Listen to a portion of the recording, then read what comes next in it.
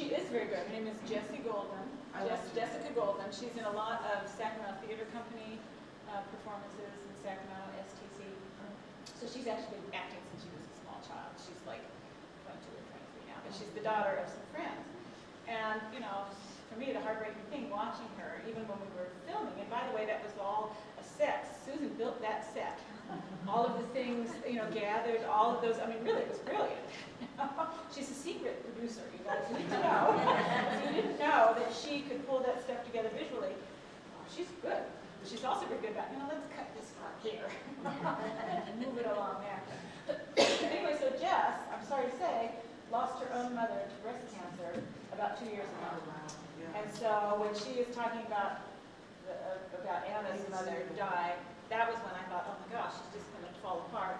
And I'm certain that when it came to talking about the loss of a child, yeah, which I will say, you know, again, it's just, it's so strange to be writing about a real person's life, because as a writer, I was so pleased. I mean, this is an icky thing to say, but it's true. I was so pleased when I realized, you know what, I can refer back to where she really does talk about watching the funeral from a distance and observing it all. I can use those same phrases, because that part I did write. That's not from a letter. That's me giving her that voice and referring back to that other thing, but using those same phrases. So, I'm sorry to say, it's a beautiful thing, you know, to be able to use it again, but it's just heartbreaking to put those words on the page and to see somebody speak. Yes? So she never had recognition in her lifetime? You want to talk about that? She actually was quite... This is, for those of you who don't know, Susan is the great niece. I'm a great niece. She was my great niece. She was actually quite well known in between 1895 and 1905. She lived in London. She used to show her work in the United States quite often. But then when she married her husband, William Tenney Brewster, they moved to New York, and she became involved in his life. And they had a baby, of course. And he was very supportive. There are so many letters from him saying, Anna, you've got to keep painting.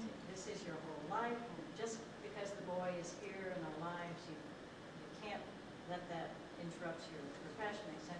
But she was just overwhelmed with, you know, her new life and roles. So she stopped showing her artwork. And as you know, and there's a wonderful story, if you're really interested in the chapter, there's a wonderful story, a chapter on the change in art, the gallery, the way art was shown. So about...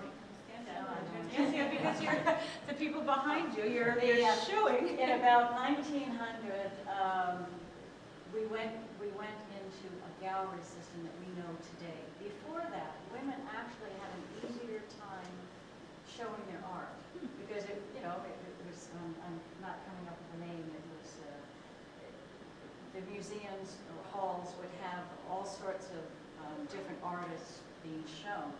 And so women were actually had a better, easier time showing their artwork before 1900.